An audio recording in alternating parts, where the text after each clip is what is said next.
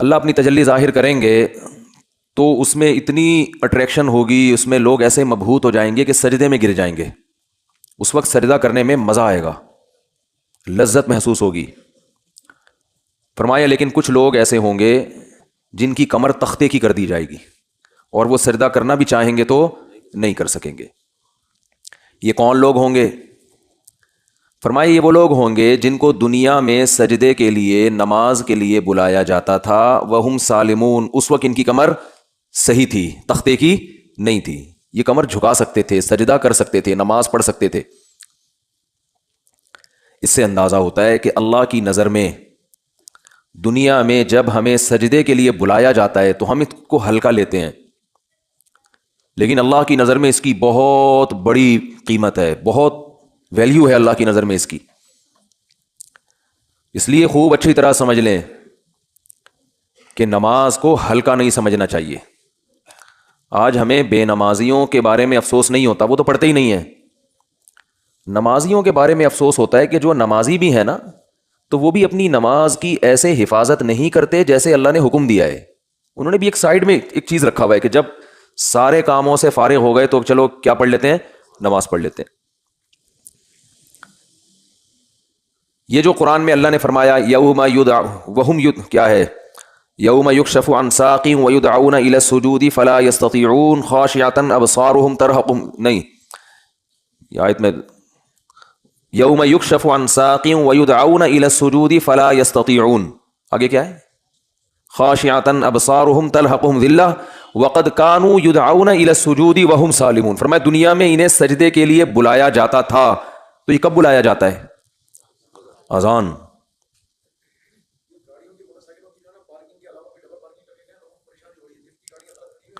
بھائی یہ بہت بڑا المیہ ہے یار. دیکھو گاڑیاں غلط نہیں پارک کیا کرو. میں دیکھتا ہوں یہاں مدرسے کے گیٹ کے آگے کئی بار لوگوں نے گاڑیاں کھڑی کی ہیں. اتنی تو انسان میں سینس ہوتی ہے کہ جب گیٹ کھلے گا مدرسے کا تو اندر سے جو گاڑی باہر کیسے نکالے گا. یعنی یہ تو نبی صلی اللہ علیہ وسلم نے فرمایا کہ ایمان کا آخری درجہ یہ ہے، یہ حدیث خوب غور سے سنیں، ایمان کا آخری درجہ یہ ہے کہ راستے سے تکلیف دہ چیز کو ہٹایا جائے. کوئی بھی چیز جو لوگوں کو تکلیف پہنچا رہی ہے اس کو کیا کرو؟ ہٹا دو. گٹر کا ڈھکن کھلا ہوا ہے، کوئی گر سکتا ہے، آپ اس کا انتظام کریں. کانٹا پڑا ہوا ہے اس کو ہٹائیں، پتھر رکھا ہوا ہے اس کو ہٹائیں. کوئی بھی چیز جو لوگوں کو اذیت دے سکتی ہے. ہاں ابھی بتا رہا ہوں، ابھی بتا رہا ہوں. جائیں گے نا، بات کمپلیٹ ہونے دینا، ورنہ پھر وہ دوبارہ کریں گے یہ حرکت. تو اس لیے کمپلیٹ کر لو پھر جائیں. تو راستے میں تکلیف دہ چیز جو نہیں ہٹاتا نا اس کو نبی نے ایمان سے خارج کیا ہے. تو سوچو وہ کتنا بڑا گویا کہ کافر ہوگا جو تکلیف دہ چیز راستے میں ڈالتا ہے. تو گاڑی غلط پارک کرنا، بائک غلط پارک کرنا، یہ تکلیف دہ چیز ڈالنا ہے کہ نہیں ہے؟ کانٹے سے اتنی تکلیف نہیں ہوتی، لوگ اکثر سنبھل کے ہی چل رہے ہوتے ہیں. لیکن گاڑیاں اس طرح روزانہ میرے ساتھ ایسا ہو رہا ہے روزانہ کہ یہاں آپ گلی میں گاڑی موڑنے کی کوشش کرو نہیں موڑ سکتے. کسی نے کارنر پہ گاڑی ایسے کھڑی ہوگی کہ گاڑی دوسری گاڑی جو آئے گی ٹرن ہی نہیں ہو سکتی. اور یہ دیندار لوگ زیادہ معذرت کے ساتھ کر رہے ہوتے ہیں. ہمارے ہاں جو جتنا بے ڈھنگا ہوگا نا اس کو سمجھا جاتا ہے اتنا نیک ہے. جتنا بے ڈھنگا ہوگا نا. میں جب گیا نا حضرت مفتی رشید احمد صاحب رحمہ اللہ کے پاس، ان کے شاگردوں کے پاس، تو میرے پاس 125 تھی. میں نے ایک دیوار کے ساتھ لگا دی بائک، تو وہ کہیں جھانک رہے تھے. انہوں نے کہا بالکل چپکاؤ. میں نے کہا یہ عجیب بات کر رہے ہیں بھائی، راستہ تو ہے نا بھائی، راستہ اتنا تو ہم نے بائک پارک کی ہے کہ راستہ تو ہے. انہوں نے کہا نہیں راستہ نہیں، کھلا راستہ ہونا چاہیے لوگوں کے پاس گزرنے کا. تو جب آپ مکمل دیوار کے ساتھ بائک کو چپکا کے کھڑا کر سکتے ہو تو آپ نے اس کی دم باہر کو کیوں نکالی ہوئی ہے؟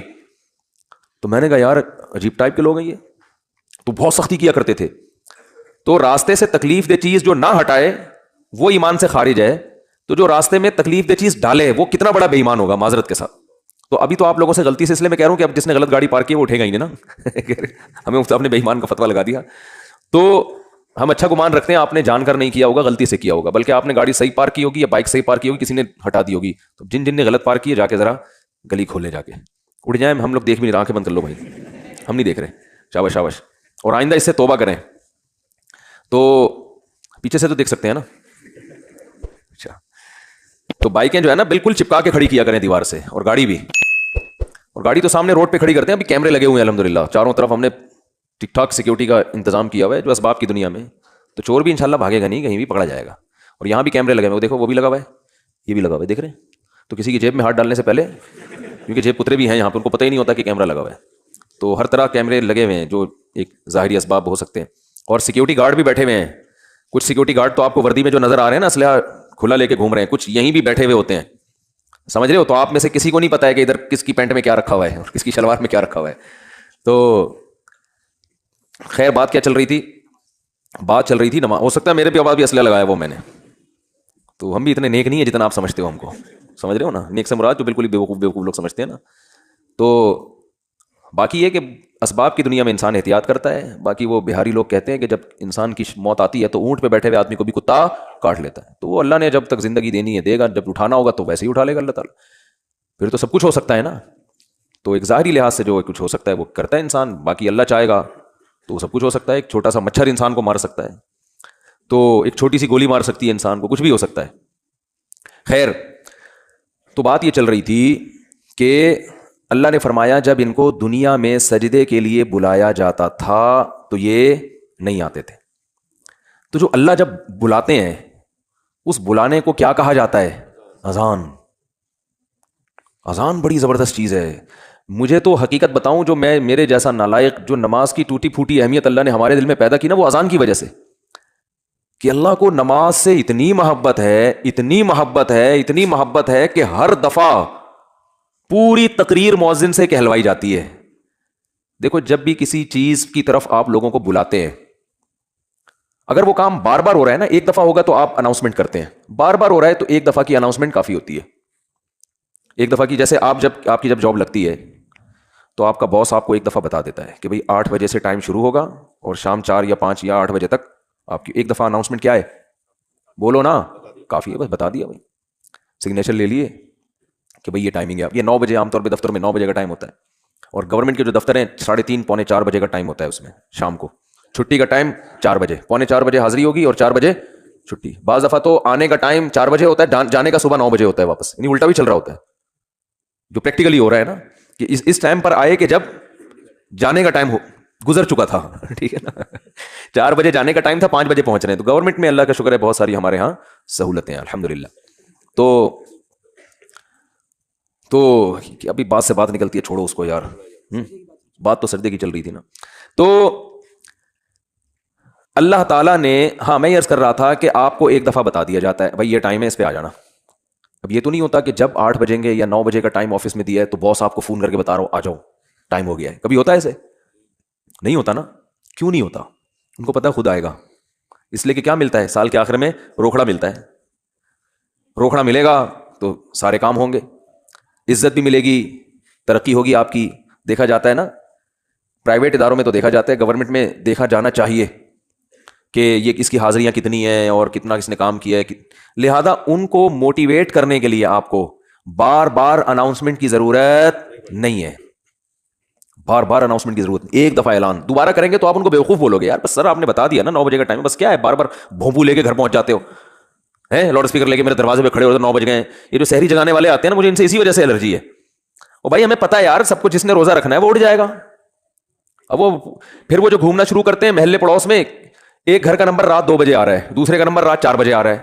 سحری کا ٹائم 4 بجے شروع ہو رہا ہے تو 2 بجے ان کو کیوں اٹھا رہے ہو؟ یہ تو ایک بس عجیب سی ایک حساب کتاب ہے. تو خیر بار بار اناؤنسمنٹ نہیں کی جاتی، بار بار یاد دہانی نہیں کی جاتی. اور اللہ نے بھی باقی عبادتوں میں ایسے ہی کیا. رمضان کے مہینے کے بارے میں قرآن میں 2 آیتیں ہیں. ایک تو ہے فمن شہید منکم الشہر فلیصم. اللہ نے فرمایا ایمان والو تم پر روزے فرض کیے گئے جیسے کہ تم سے پہلی امتوں پہ فرض کیے گئے تھے. وہ فرض ہو گئے نا. دوسری آیت کیا، کب فرض ہوئے؟ شہر رمضان الذی انزل فیہ القرآن، رمضان کا مہینہ ہے. فمن شہید منکم الشہر فلیصم. جو پچھلی آیت میں اللہ نے فرمایا نا کہ روزے فرض ہوئے، تو اگلی میں بتا دیا کون سے مہینے میں؟ رمضان. جو رمضان کا مہینہ پائے اسے چاہیے کہ روزے رکھے. ایک دفعہ اناؤنسمنٹ ہوئی ہے بس، اس کے بعد دوبارہ قرآن میں اناؤنسمنٹ نہیں ہوئی. اور جب رمضان کا مہینہ آتا ہے تو پھر اسلام میں حکم بھی نہیں ہے کہ یاد دلاؤ. مؤذن کو حکم کہ تمام حضرات سے گزارش ہے کہ رمضان کا مہینہ آ گیا ہے اور اللہ کی طرف سے اعلان ہے کہ اس مہینے میں سب روزے رکھو. کوئی اللہ کی طرف سے ایسی اناؤنسمنٹ ہوتی ہے؟ بھائی مسجد کے امام اپنی ذمہ داری پہ کسی کو یاد دلا دیں روزہ رکھو، ترغیب دیں، وہ ان کا کام ہے. اللہ نے کوئی لگے بندے الفاظ نازل نہیں کیے، لہذا مسجد کا امام یاد نہ بھی دلائے تو بھی کوئی گناہ گار نہیں ہے. اللہ کہتے ہیں میں نے قرآن میں جب بیان کر دیا نا بس صحیح ہے، سن لیا ان لوگوں نے، کافی ہے. حج کے بارے میں ایک آیت ہے قرآن میں جس میں فرضیت کا ذکر ہے.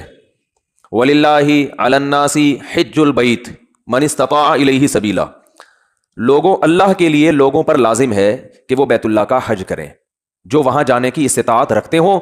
ومن کفرا، جو استطاعت کے باوجود نہیں جائے گا، فإن اللہ غنی عن العالمین، اللہ کو اس کی پرواہ نہیں ہے. ایک آیت جس سے فرضیت ہے، دوسری آیت نہیں ہے.